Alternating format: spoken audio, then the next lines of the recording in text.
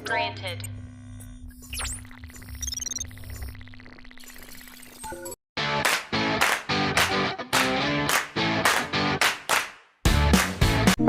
Halo semua, pembahasan kita pada kali ini yaitu yang pertama kalender penganggaran, yang kedua penetapan asumsi-asumsi dasar, dan yang ketiga penetapan program-program, dan yang keempat proyeksi keuangan dalam penyusunan penganggaran pemerintah pusat dan daerah. Sebelum itu, perkenalkan kelompok kami, kelompok 7. Yang pertama ada Claudia Tiwatu, ada Florensi Gayang, dan yang ketiga ada saya, Elis Manikome. Kalender penganggaran, siklus anggaran pemerintah daerah. Walaupun siklus dan proses penganggaran di setiap negara berbeda satu dengan yang lainnya, namun pada dasarnya mempunyai urutan yang sama makna dan tujuannya. Nah, menurut buku panduan tentang analisis dan advokasi anggaran pemerintah daerah di Indonesia yang diterbitkan oleh Yayasan Asia atau The Asia Foundation dari Bank Pembangunan Asia atau disingkat ADB, proses siklus anggaran pemerintah daerah berlangsung 2,5 tahun dengan urutan sebagai berikut. A. Penyusunan dan penetapan anggaran atau 1 tahun sebelum tahun anggaran bekerja. Tahapan penyusunan anggaran terdiri dari pengumpulan aspirasi masyarakat melalui forum pertemuan komunitas. Proses penyusunan kegiatan oleh satuan kerja perangkat daerah atau dinas instansi sampai dengan penyiapan draft usulan APBD diserahkan oleh kepala daerah atau pihak eksekutif kepada DPRD atau pihak legislatif untuk dibahas dan disetujui bersama. Dalam penyusunan anggaran yang memerlukan waktu beberapa bulan, tim anggaran eksekutif yang beranggotakan unsur-unsur dari Sekretariat Daerah, Bapeda, dan Badan Pengelolaan Keuangan Daerah atau disingkat BPKD mempunyai fungsi dan peranan yang sangat penting. Walaupun masyarakat dimintai pendapatnya dalam proses penentuan prioritas program, namun pada akhirnya proses penyusunan program dilakukan secara tertutup di masing-masing satuan kerja.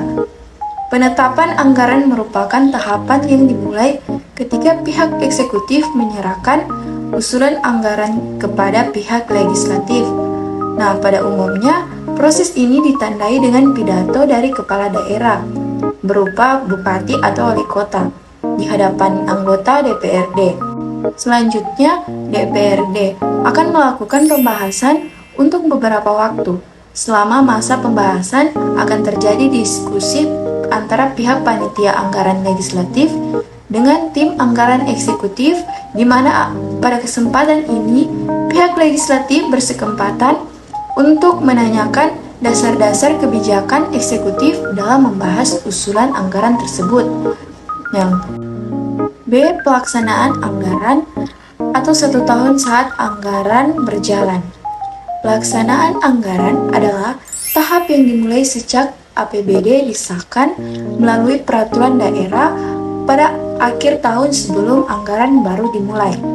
Tahapan pelaksanaan berlangsung selama 1 tahun, terhitung mulai awal tahun anggaran pada bulan Januari setiap tahunnya. Nah, tahapan pelaksanaan ini sepenuhnya menjadi tanggung jawab pihak eksekutif melalui satuan kerja perangkat daerah. C. Laporan pertanggungjawaban pelaksanaan APBD.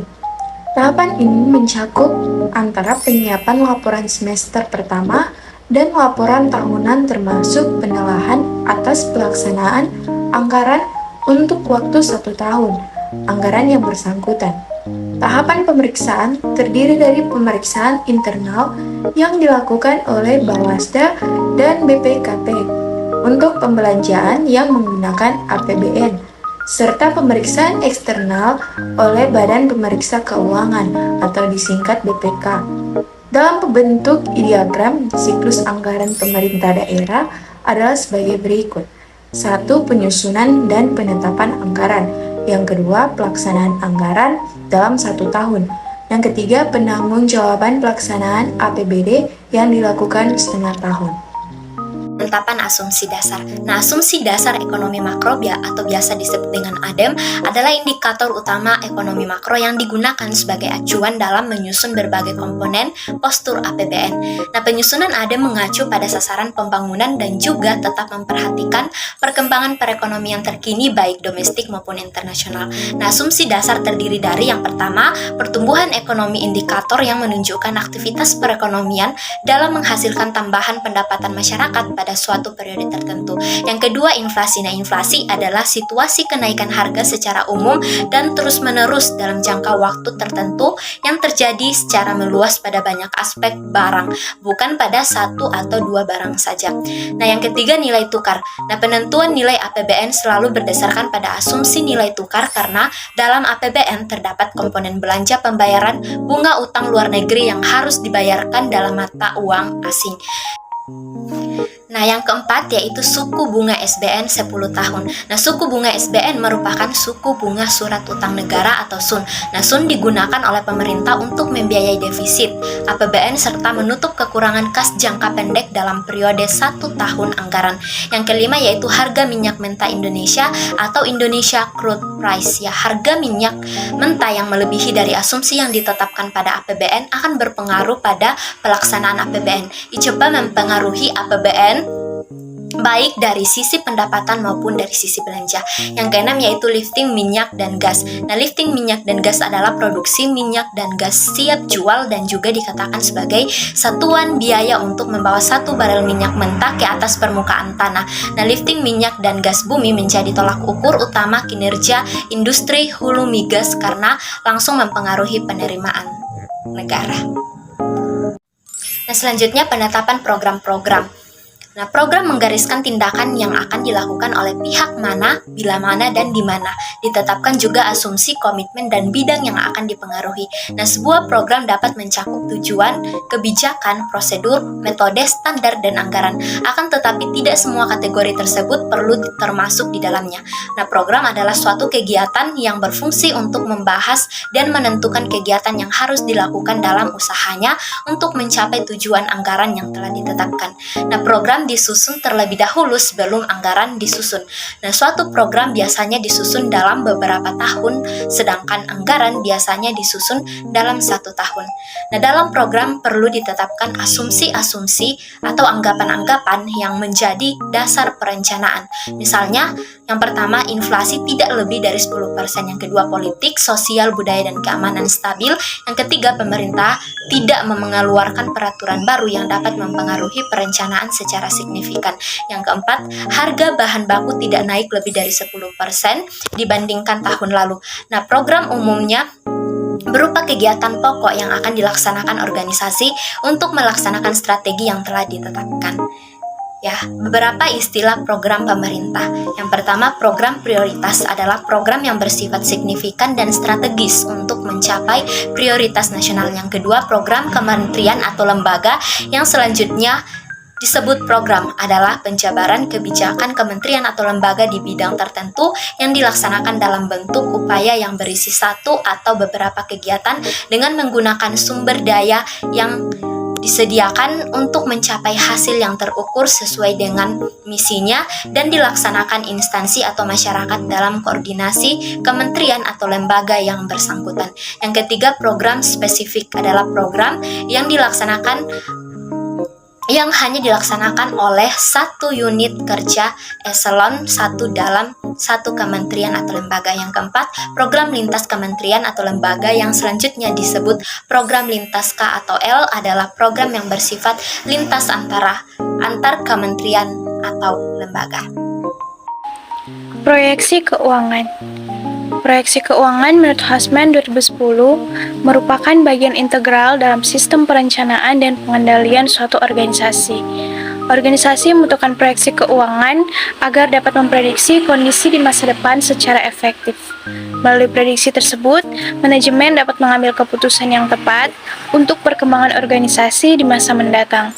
Dengan demikian, proyeksi keuangan berfungsi sebagai pemandu manajemen dalam menghadapi ketidakpastian di masa depan.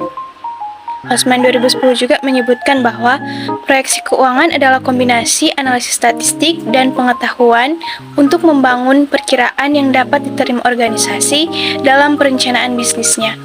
Proyeksi dilakukan berdasarkan pengetahuan, bukan pertimbangan. Berarti bahwa proyeksi dilakukan secara ilmiah, yaitu harus berdasarkan metode yang jelas dan dapat diukur.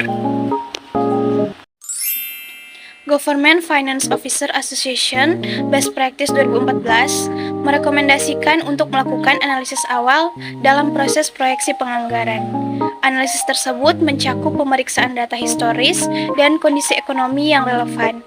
Hal tersebut akan meningkatkan kualitas proyeksi penganggaran dan memberikan wawasan mengenai teknik kuantitatif yang cocok dalam metode peramalan.